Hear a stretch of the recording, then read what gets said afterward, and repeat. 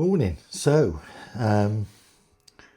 put my thoughts in order last night because I just, want to have a look at the EVs because everyone knows I hate them. I think they're a ridiculous, pointless job. Petrol cars, diesel cars work perfectly. What's wrong with them? And we have an electricity grid that can't support electric vehicles. Certainly on any scale. You only got to look across to California where there's been a great take-up of electric vehicles, and you'll see that in California they get given times they can charge, and outside those times they're not allowed to charge because they have brownouts, what they call brownouts, where they have periods of time when the electricity grid goes down and electric vehicle owners can no longer charge their cars. And California's the place in the world that's got the most electric vehicles per people, because they're kind of soppy and they've just swallowed all the bullshit from the left wing. Anyway, so in Britain, the government have been encouraging people to take up EVs. And obviously that hadn't worked out very well because their mandates are just unattainable. The car companies have been fined I think it was $4.5 billion last year they spent basically on fines and for not meeting the targets for electric vehicles because nobody wants them. There's only certain types of people that want them, which I'll go into in a minute. And things are not going too well. So the car companies have been fined, and they've also been buying carbon credits from people like Tesla, who are completely electric anyway. They buy the carbon credits from Tesla because they don't need them and apply them to their own things so they don't have to meet the targets. Target this year I think is 28%, last year was 25%. They never got anywhere near 25% last year. They're not going to get anywhere near 28% this year. They're barely in double figures. And if you look into the practices of the dealerships, there's a lot of pre-registration goes on to try to kind of allow themselves. What they're trying to do is obviously they can sell petrol and diesel, but they're not able to order them in unless they sell so many electric. So they're pre-registering electric and then just stick them on an airfield somewhere, hoping to come back to them one day, just so they can get more stock they can actually sell and make a profit on. Because, funny enough, left wing, business runs on profits. You can have all the fairy dust in the world you want, but if you're not going to make a profit, your business ain't going to work. And electric vehicles don't make profits because nobody wants them, so you end up giving them away, and therefore they have to make their money on the stuff that people do want, which is petrol and diesel. Anyway, anyone my age will remember that in the 90s, suddenly they came out with diesel engines that were reasonably efficient, turbo diesels and stuff, and they said, oh look, it'd be much better. Diesel's so much cheaper than petrol. Get yourself a diesel car, you'll go further, you'll spend less money.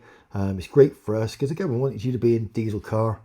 And of course, promptly, once everybody had a diesel car, once there's saturation of the market and there were enough people there, the cost of diesel actually went to a higher price than the cost of petrol, which means all those people that thought they were getting a great deal now just had a diesel car which cost them the same amount of money as before.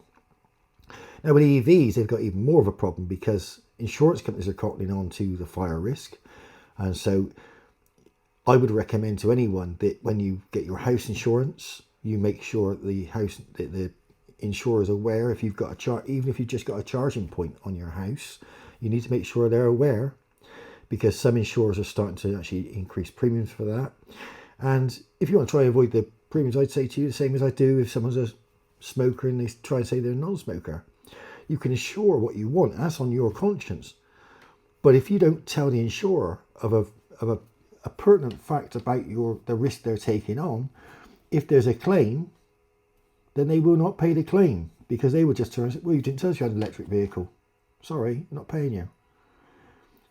And your argument would be, well, we'd have paid more. And he said, well, yeah, because you'd have paid for the risk, and so you didn't allow us to collect the premium for the risk. We're not going to pay for the risk. Bye.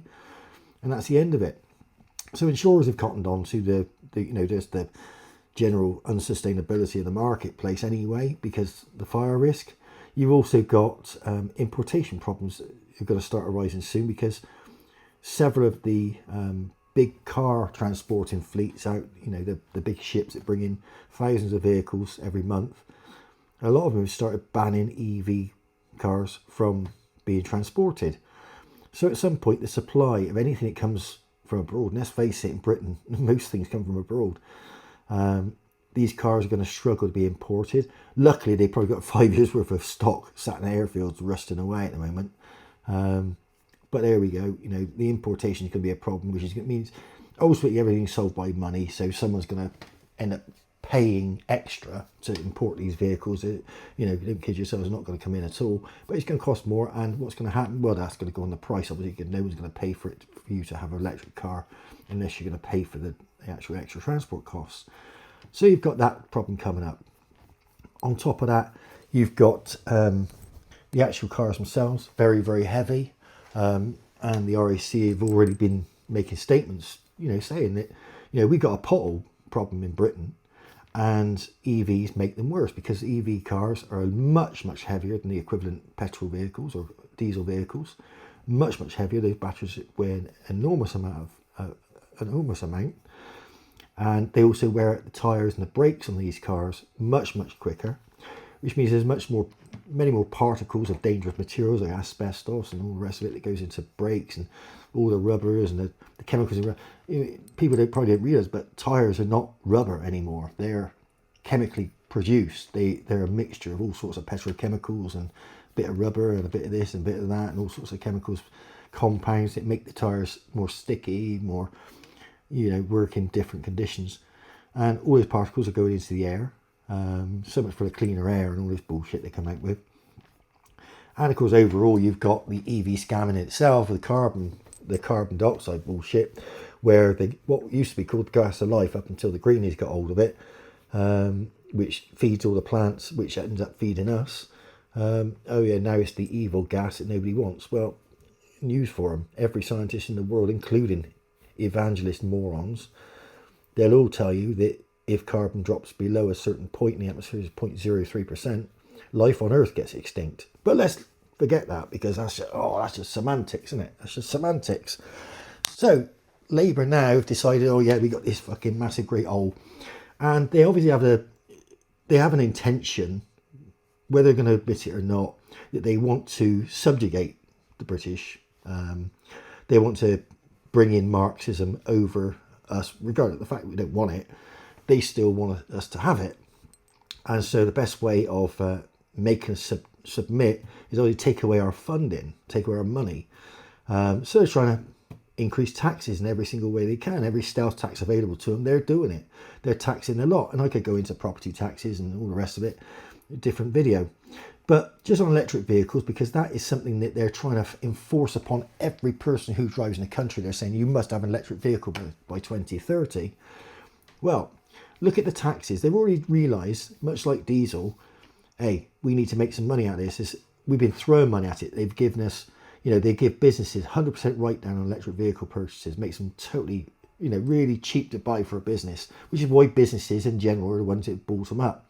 Mobility, biggest car purchaser in the country every year, Mobility. They take more vehicles than anybody else does. They're enforcing on them. Sell as many EVs as you can.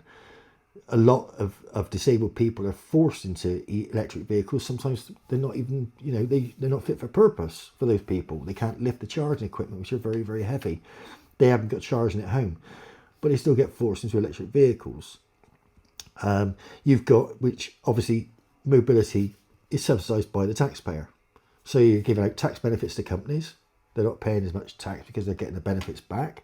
Great for the companies, fantastic. You know, you run a company, of course you want to save tax. But at the end of the day, the taxpayer essentially is buying that vehicle or buying part of that vehicle. Mobility is being subsidised by the taxpayer. Then you've got all the discounts and the incentives that they give out to, oh look, you know, if the car is built in Britain and it's so much percent British, we're going to give you $3,000 off it. Well, who's paying for that? It's the taxpayers paying for that. They ain't free. It don't suddenly just disappear. Oh well, that cost is no longer there. Someone's paying because the dealership puts in a claim and says, I want, of the £20,000 for this car, it's £3,000 got to come from the taxpayer. So the taxpayer pays £3,000. So you've got all these bits and pieces.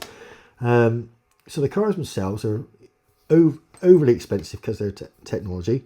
And what you got to think of when you're buying them is, if you've got a 2-year-old iPhone, is it up to date anymore? Is it worth having anymore? New versions far better, as you know. technology moves on something ridiculous rate, like 200% a year or whatever, at least, if not 1,000% a year in performance. Well, electric vehicles no different. The technology moves on. If you look at well, there you go, Porsche Taycan. Look at the Gen 1 Porsche Taycan. 2 years ago they changed to Gen 2. They're virtually totally different cars. They look the same, but anybody who owns one will tell you they're totally different vehicles. Porsche will tell you they're totally different. Still shit. Still fucking rubbish. Still lose 45 grand a year in depreciation. But, and that's Porsche's figures, not mine. But the technology in the two, they're on night and day. And as a car, it's just 2 years. So once you buy your car, whereas, yes, there's a bit of that with new cars, petrol and diesel cars, but ultimately the drivetrain, the biggest part of the car, well, petrol's been around for, 100 years, and diesel's been around a long, long time now as a, 30 years as a mass take-up propulsion unit. Those vehicles have already had all that initial sort of boost of design and increase in performance. It creeps along now. So yes, your infotainment is going to, your Bluetooth's not going to work so well with a brand new phone. If your car's 4 or 5 years old, it's still going to bloody work though, isn't it? And there's still upgrades you can do to it very cheaply to make it work. And EVs don't do that. Once they're obsolete, they're obsolete. As Porsche found out, Porsche owns Gen 1. There came a day, this year, earlier on, I think it was May this year, where Porsche just instructed their dealers, we no longer buy nor sell Generation 1 Taycans. End of story. That was it. So if you've got one and you want to go to Porsche, who made the car, they won't buy it, they won't sell it. They won't support it. They'll service it, of course, because they make money from servicing, but they're not going to buy it off you, they're not going to sell it. And that means that the wider market doesn't want them either, because if Porsche won't have their own cars back, why on earth would any dealership, any used car dealer, want to deal in that car? That tells you the product is pretty bad because the manufacturer doesn't want them. So anyway, so your EVs are terrible. So now you've got this asshole coming in called Torsten Bell, Bellend everyone's calling him, and quite rightly so. Because what they're suggesting now is they're going to bring in road fund tax increases for EV vehicles. They want you EV vehicles to pay per mile as well. So you get your little EV and you drive 5 miles, you'll get charged so many pence per mile, on top of everything else it costs you. Look at public charging. A, there's not enough of the bloody public chargers anyway for people. Number two, lots of them are always out of action. According to everyone I know who's got EVs and tried EVs, their biggest gripe is charging stations don't necessarily work all the time. They turn up at them, or they'll be low powered. So they, instead of being able to charge up in the supposed 3/4 an hour or whatever, not who on earth wants to stop in a petrol station or in an electric station and park up for 45 bloody minutes? Oh, you could have a coffee and a sandwich. So what? So you want me to spend a tenner while I sit around on my arse, waiting for my car to get ready, when I could have just popped in, filled up with petrol for 30 seconds and been on my way? Well, that doesn't sound very efficient to me. That don't sound like progress to you, does it? So anyway, but public charging, there's not enough infrastructure. There's not enough working chargers. They're not maintained well enough. Some of them are little 7 kilowatts and all this sort of rubbish when they're supposed to be high pressure and all the rest of it. They're also expensive, something like 80p a mile. I did a test with my mate, and we worked out that a Ferrari 488 Spider is more fuel efficient than publicly charging an EV, because his Tesla cost him 140 £140 to charge up for the distance that we did, and the Ferrari was £77 in fuel. So it was cheap, and let's not kid ourselves, we didn't exactly hang about. And I didn't switch off my air conditioning. He didn't switch off his air conditioning. We both drove to enjoy the vehicle for what it's capable of doing, to have that drive, to have a nice drive in the car for that distance. And his car cost nearly twice as much as mine did to run for that distance. Well, that's ridiculous. Now, okay, if he'd have charged it at home, yes, it would have been cheaper. But the trouble is, if you do a 400 or 500 mile trip, your range is only 180, 200 miles maybe if you're at a push, especially if you do anything like a decent lick in the car and you have your aircon on, you have your radio on, and you want a bit of comfort. If you're going to use it properly, like, why would you want to go backwards? Why would you? If you went to a 5-star hotel and they said, well, look, it is 5-star because the surroundings are fantastic, but your meals are going to be, only quarter portions, and you're only allowed to eat twice a day. You can't have lunch, and you can't use the pool. Although it looks nice, you can sit by the pool, but you can't use it. And the sauna, yeah, you can go in there, but we only put the temperature up to X for 20 minutes. After that, the rest of the day, it's down at nothing. So if they had restrictions on it, you'd say, well, that's not a very good 5-star. That's not really a 5-star experience, is it? Because it might have the surroundings of it, but it's not doing the job. So you wouldn't use it. You'd go to the 5-star service where everything was fantastic. You have as much as you want your food. They look after you. The sauna's on 24/7. Doesn't matter. You can go in the pool however you want. You want to use the facilities, and that's what you want with a car. You spend £100 on a car, these Teslas and all that rubbish. You want to go in there. You want to use all the facilities, but you also want to get where you're going. That's the fucking point. You want to get there. And with our trip, it was 400 and something miles. And of course, he had charged up 3 times because he was using his aircon and all the rest of it. Now, like I say, if he'd have charged up at home, great. Yes, he'd have got it for 7 pence a kilowatt or whatever rubbish it comes out. I don't know because I don't give a shit. But he'd have got it cheaper and it wouldn't have cost him £135 or whatever it was, £133 to charge his car up for that trip. But he's compared it to me being able to charge in public. I don't have to store petrol at home to get it cheap. In public is cheap enough, essentially, as far as I'm concerned. So we're comparing apples with apples. And also, if he's doing 400 miles, once he gets to 180 miles away from his house, he can't go back and charge it, can he? So he can't benefit from that cheap charging. So even if he said, okay, I'll cheap charge the first 180 miles, he'd still have spent more than me because it still would have been 100 quid in fuel to recharge his car if he was on public chargers, having charged it up at home to start with. So it doesn't make a lot of difference. It still would have cost more money than a Ferrari, of all things. How ridiculous is that? So that's your EVs. But if Labour come in and start charging pay per mile as well, on top of your charging costs, the charging inconveniences, I'll tell you, they say, oh, I don't need servicing. There's not many moving parts. Don't be kidded. You still have to service it. The battery needs to be serviced and looked at. You need to test it. You need to make sure that battery, as it deteriorates, all batteries deteriorate. Doesn't matter if you're using your watch, your phone, or your car. Batteries, by their nature, they're chemicals. They have to be monitored quite closely to make sure, because those chemicals do break down over time. And so it's like your iPhone. When you get it first off, it lasts for days on one charge. Give it a year, you barely keep the thing going 4 or 5 hours without plugging it in. It's just the way batteries are. There's nothing bad about that. That's how they are. That's how batteries work. So EVs, you need to monitor the batteries. Make sure if there's any cell breakdown, because if there is anything going wrong, you want to catch it. It's like anything, like bloody cancer. Catch it early, you've got a bloody good chance of curing it. You catch it too late, the battery's dead, isn't it? Same as if you catch cancer, you're dead. So therefore, you've got to look after it. You've still got to check your tyres and your discs and your pads and your brake pads and everything else. You've still got to check all the working parts around your car, because with a much heavier vehicle, that Tesla weighed at least double what the Ferrari did on that test, right? Now, the wear and tear on tyres and brakes and everything else, and suspension parts in his car is going to be far more than mine. Far more.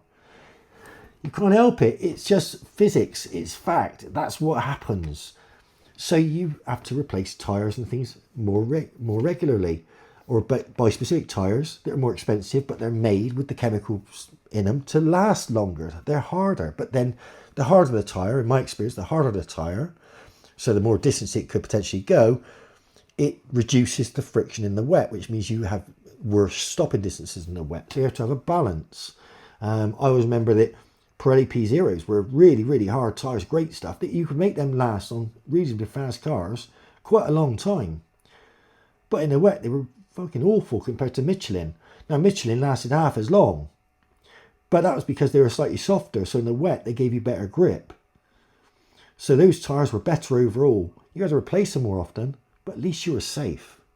And the Pirelli P0s I never liked until they changed the compound more recently, and they've got a lot better. But, you know, so you've still got to service these cars. That's still expensive. Lots of garages don't service them. Lots of places won't touch an EV. A lot of places won't do an EV MOT. So you have to go specific places. Now that will change if there's a massive take-up. But there isn't a massive take-up. People are not buying EVs. On the telly, they'll try and gaslight you and tell you, oh yeah, they're flying out of showrooms. They're not.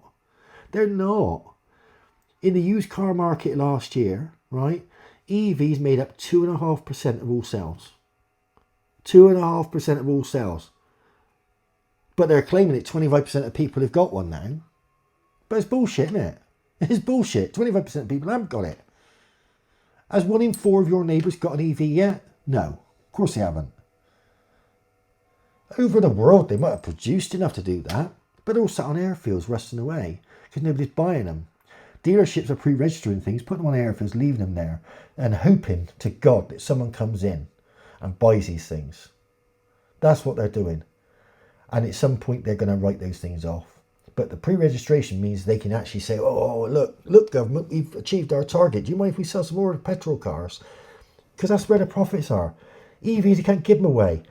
They launched a brand new car. I can't think who it was the other day. I can't think who it was.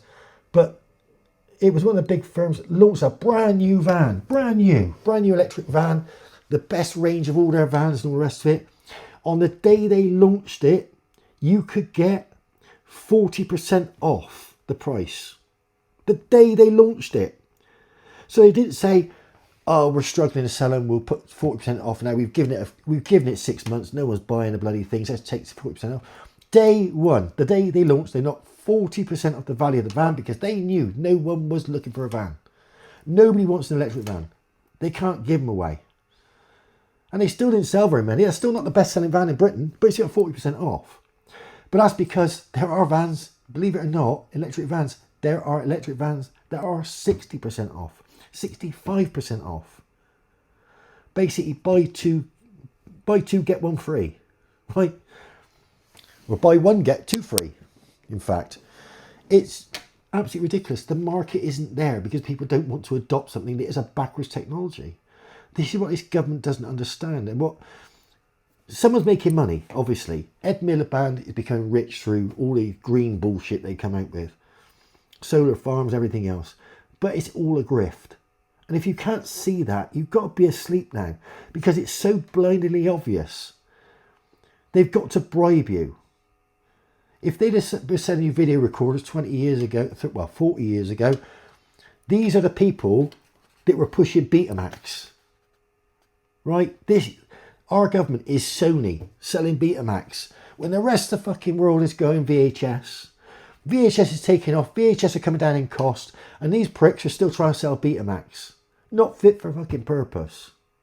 And they say, yeah, but in this environment, there's this tiny little thing where, this tiny little window where they're the best thing to have in that particular, you know, for 5% of people, there's the best thing is this EV. Great. But 95% of people don't want the fucking things. It's not best for them. It's rubbish. It's not fit for purpose. We don't have the electric. If you're going to rely on fucking solar and wind generated power, there ain't nowhere in the fucking world that's going to make that happen. Right? You're going to invest trillions of dollars, trillions of pounds, and you're never going to get far forward. You're never going to run a country on wind and solar. I don't give a fuck who you think you are. You ain't going to do it. Nuclear power is the only thing that's going to actually boost our electricity capacity. Nuclear.